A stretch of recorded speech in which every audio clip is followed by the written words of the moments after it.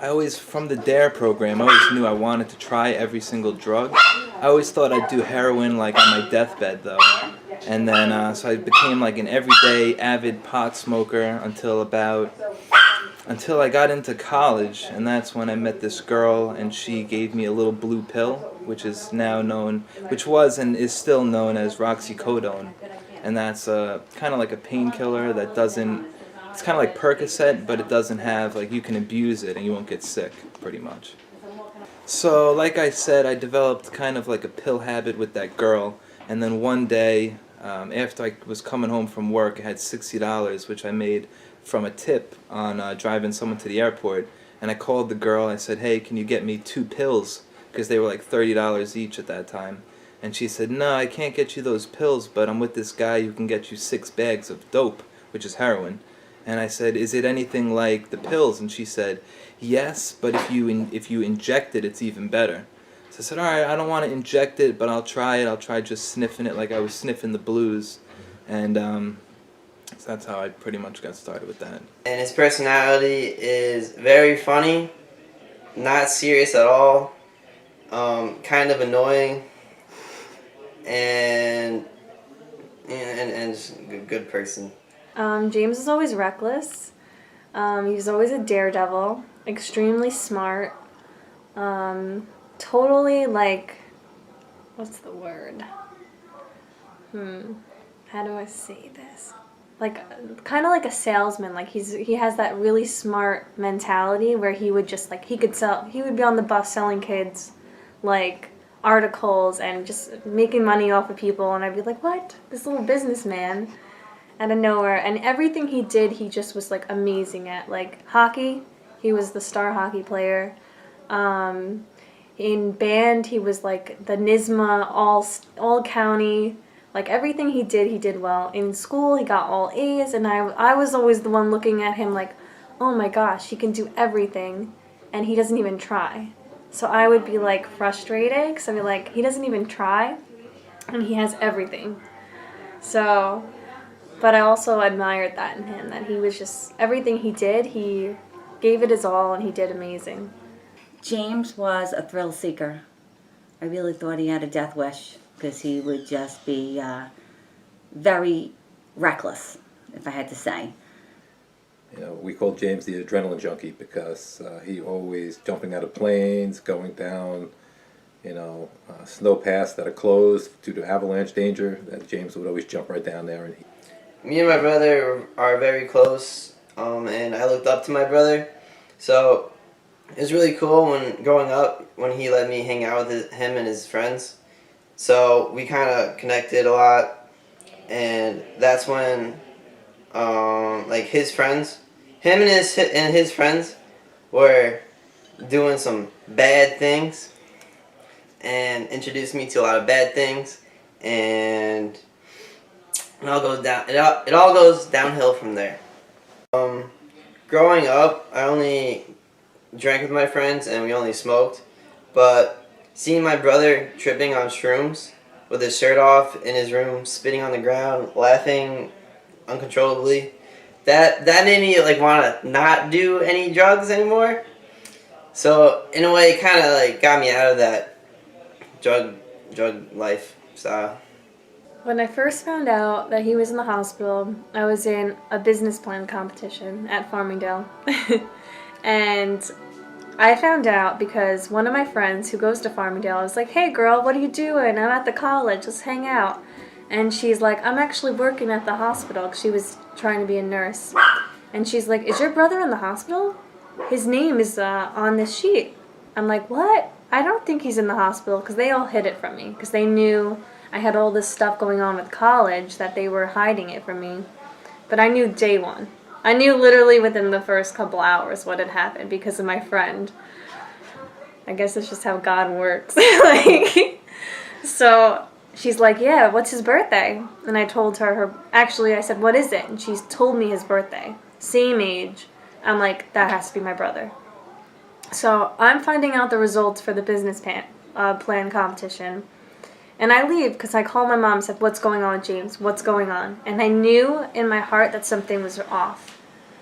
So I called them, and my mom was like, "What? Who told you this?" She was like very reserved. I was like, "I know he's in the hospital. I have a friend who's a nurse, so tell me the truth." And she was like, "Okay, he overdosed." She didn't tell me the extent. She said, "There's nothing we can really do right now, so just continue without your day." So I went back to the competition, and I actually won something, but I was so upset that I like wasn't even happy about the award. I just like I got my like $1,000, and they were like, "Are you okay?" And I'm like, "No, my brother's in the hospital. We don't know what's gonna happen, and I don't really care about this competition when my brother could be dead. You know, it's pretty real." And then when I got to the car, I just broke down and cried because I was like, I can't believe, because this was a year he had been sober. So it was a complete shock for me. And I hadn't been home, so I hadn't seen what was going on. I was away at college, so I was completely shocked, completely thrown off, and just destroyed by it. The day I kicked him out of the house, his younger brother, James, and myself were watching a hockey game. And James went up to go to the bathroom. And I just had a bad feeling. So I followed him to the bathroom. The door was locked. So I went to the garage and I got a screwdriver and I pried the door open. And James was sitting down with a needle in his arm. I lost it. I slapped him across the face and started physically abusing him. And I looked up and I saw my youngest son watching us in horror. And at that point I knew I had to kick him out of the house because he was putting the rest of the family in danger. So we drove him down to a homeless shelter, and I got him into the homeless shelter. And it was right at the beginning of winter. So I was happy he was at least in a homeless shelter, but even with a homeless shelter, they'd kick him out during the days. And I would drive by and I'd see James on the corner panhandling for money. And it was devastating to see your child on the corner freezing, homeless. Not a good feeling. So I was in my house, and I tried to cash another fraudulent check. And my mom actually is like, "Hey, the bank called today, and they said you tried to cash a check." And I was like, I didn't even want to answer, so I was just kind of like being quiet. And she was just kind of getting really like angry, like, "We're gonna have to talk about this, you know, everything." And so we finally came home, and I just went into the bathroom and I tried to stick myself or shoot up one more time with just the cotton shot. And my dad, I guess I didn't lock the door properly because my dad just opened the door, walked in, saw me. And I don't even think he realized what I was doing at first, because then all of a sudden I saw it just like click with him, and he's like, "What the?" You know, I don't want to curse, because is this going to be played to your school? Okay. He said, "What the?" You know, and then he like kind of like smacked my head, not really like physical or anything, just kind of like a pat on the head, like. And then I was like, "Oh man!" So I threw the cotton shot out at that point, and then I went out. My dad's like, "Let me search you," so I just stripped completely naked. Because I didn't want there to be like, because I had extra pins which I'd bought earlier that day. I also had another fake check which I didn't try to cash. And yes, that was pretty much my lowest point. I was at a Bible study, and I got a phone call, somebody looking for him to pick him. He was working for me as a driver, and he missed the pickup, which was right away a red flag, and I panicked because he's very reliable. And I called, and the phone went right to voicemail. So right away, I am having a heart attack, and I am racing home, and because I knew something was wrong. I called my office, which was in my house, and I called the girl, and I said, "Please, you got to go upstairs and check on my kid, because something's wrong." So she didn't really want to do that. Reluctantly, she went up into my house, because, you know, people are funny going into strangers' house, but then something said to her, like God spoke to her heart and said, "You better go upstairs." So she went upstairs, and she was banging on every door, and his room was the last room on the end of the hall, and she saw him gasping for breath, like, "Help me," with this look. So she calls me back, and she says, call an ambulance, something's wrong. So I call an ambulance, and my ambulance happens to be very close to my house. They see me racing like a lunatic. They follow me home. They says, yep, that was you on the road. I said, yes, it's my kid. They came up there. I saw him trying to gasp for air, and she said that at one point he looked like he was passing out, so she screamed, Jesus! And he looked, his eyes like that, and he looked at her like, help me, like I'm dying. So they came, and right away they just started hitting with Narcan and everything, and nothing was working. So they just put him on oxygen, and in the meantime I called Ed, my husband, and he started coming home. And at the time, they strapping him up and taking him down in a stretcher, and I'm just thinking, okay, I don't know what this is, but whatever it is, he's going to the hospital, he's in good hands, they're here, he'll be there for a couple days, he'll come home, he'll be in big trouble, and life will go on. That's what I thought. So I'm driving in the ambulance, and he's just in the back with the oxygen mask on. Got him into the hospital room, and then I see them cutting up his clothes, ripping his clothes off, and putting all these tubes every which way. They didn't know why he was non-responsive. At the time, we didn't know that both of his lungs collapsed. So it appeared that he was without oxygen for, they didn't know how many hours, but it could have been like up to 23 hours, and the night before, he was supposed to go to a meeting with Shaq, his friend, who was at my house. And I checked on him, and he was snoring, and sleeping. So I says, I guess he's really tired, And that night we went to bed, we checked on him again, and he was snoring really loud. So like, wow, he must be really in a deep sleep, not thinking anything, So in the morning, I just got up and went about my day, and I just thought he was on his run doing his thing. So I had no idea to even check on him. So when we got to the, in the hospital, then we still didn't really think anything was like serious, but I was starting to feel weak, and I was in his room, in the area, in the emergency room, and Ed was like in the waiting area. So I says, I'm getting weak in the knees, I need to go sit someplace. So I went to go find Ed. I get Ed, and I had to do James's runs. So I said, listen, can you go sit with him, because I can't, I'm gonna pass out. So Ed went, and I left, and I went to go do a run. And then as I'm driving with a client in the car, I'm having a God moment, and I'm processing what's happening. And I'm saying, oh my God, what do I do?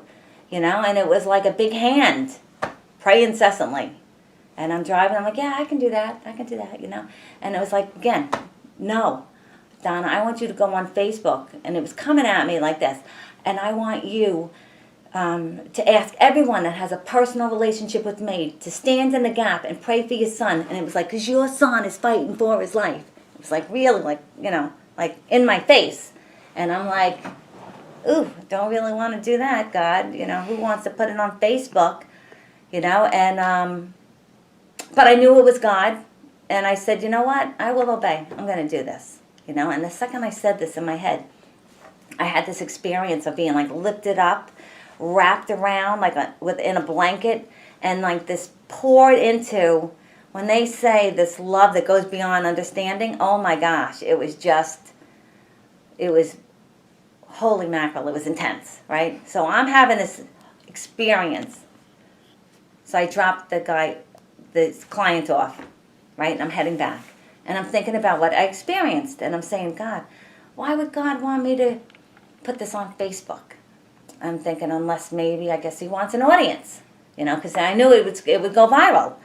And then I'm thinking, wow, if he wants an audience, holy mackerel, I think he's going to heal him. And then I'm thinking, heal him? He's going to heal him 100%. He's going to, because God doesn't do, half. He doesn't. And then I'm thinking, how great is our God? Not only is he going to heal him, he's going to heal him 120%. Because that's how great our God is. And I'm thinking better than 100%. So I'm having this realization, and then the phone rings and it's Ed with more bad news. Collapsed lung. You know, the whole way there it was all, heart failure, kidney failure, collapsed lung, the other lung's no good. It was just bad news, the whole ride. And so he called me with more bad news. And I'm like, hey, how you doing? And he's like, what is wrong with you? And I said, no, I go ahead. I said, I just had this God experience, and I know that James is going to be fine, and God's going to heal him. It's all good. It's all good. So what's up? And he's like, well, he's got kidney failure, heart failure, and he's got a 50% chance of making it through the night. So I said, well, you know what, Ed? It's in God's hands, and whose better hands for it to be in?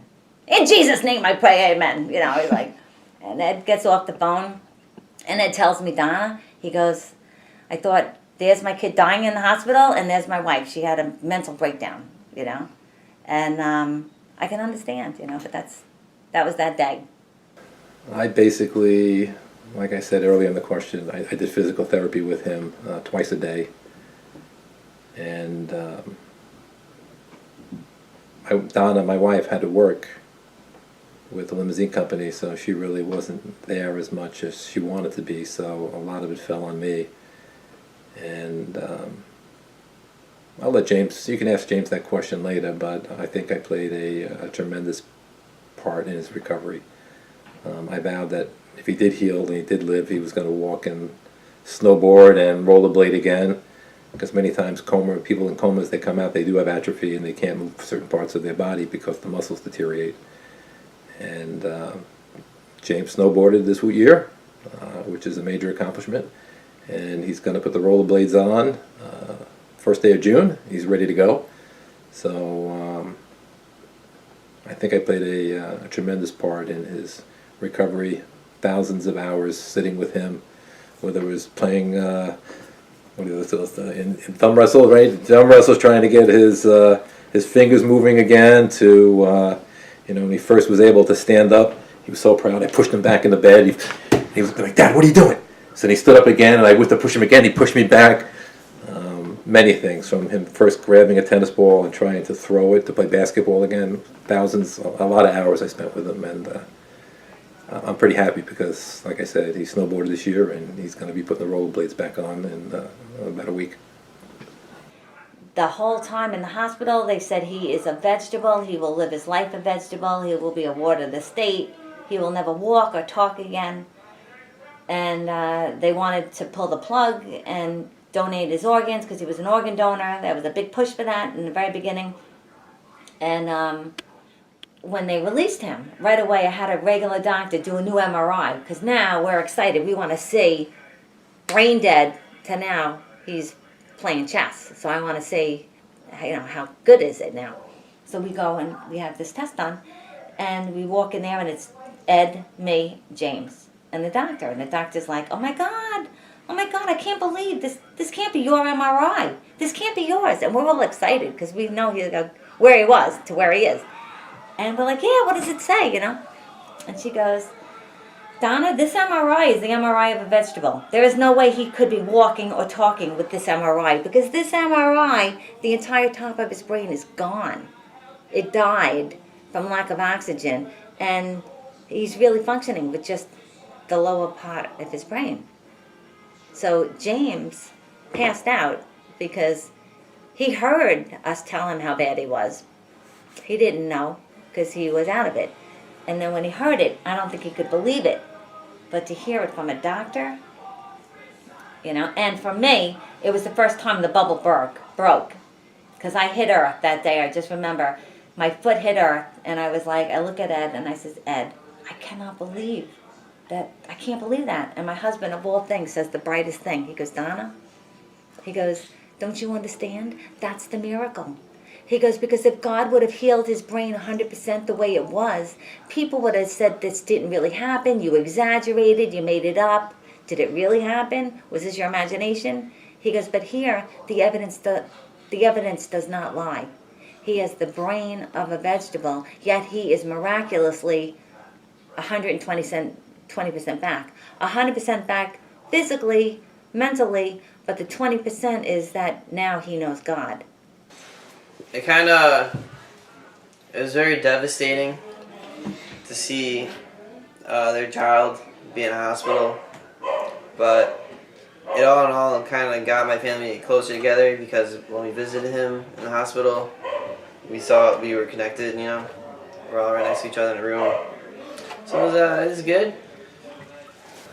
Many times when James was in the coma, the first 5 weeks, I tormented myself with that exact same question, thinking if I would have done something different, he wouldn't be here where he was today. And it really, like I said, tormented myself. As a father, you want the best for your kids, and I think I failed, but as time went on, I looked at it, I have 3 children. James is the oldest, and we treated them all the same. And James just chose to go down this path, and he had to go down this path. When he came out of it, I asked him that same question, and he said, "Dad," he goes, "I had to do it. I had to experience it." And unfortunately, the heroin was a addiction that was very tough to overcome. But so to answer your question, do I think I could have changed something? Maybe, but at the end of the day, I have 3 children. 2 have made the right choices. 1 did not make the right choice. So probably would change some things, but not a lot. Well, the hardest part for me is past. I'm the dad in the family, and my job is the fixer. No matter what problem that anyone ever came to me with, I was always able to fix. And when this happened to James, I couldn't fix it. And it broke my heart that I couldn't fix it. But by the grace of God, he's healed, and God fixed him for me. The hardest part was in the beginning when I didn't believe in God and I saw the situation as it was, and I was like, he's gone forever. We were sitting in a Chinese restaurant, and my dad was like, this is going to be our family. Moving on. We're not going to have him here. And that was like such an overwhelming feeling. We all just cried together as a family. And I don't think anyone can experience the pain we experienced. I don't think anyone wants to.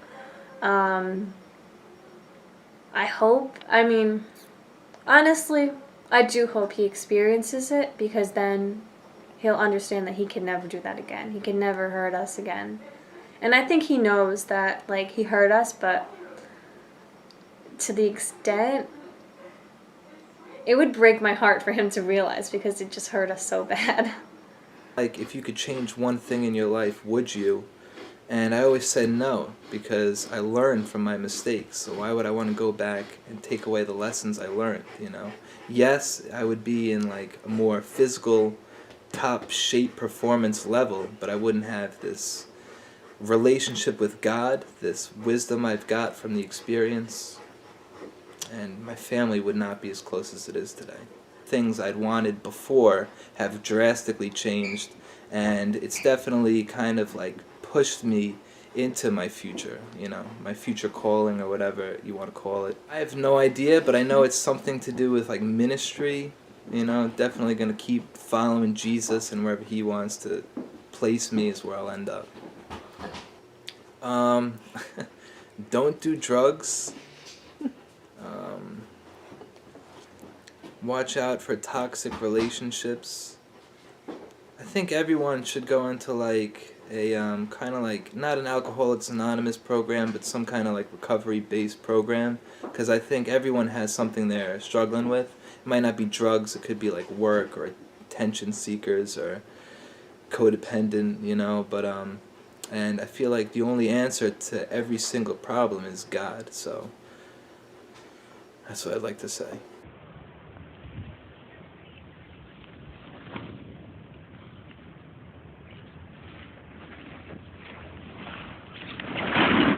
Still got it. Yes.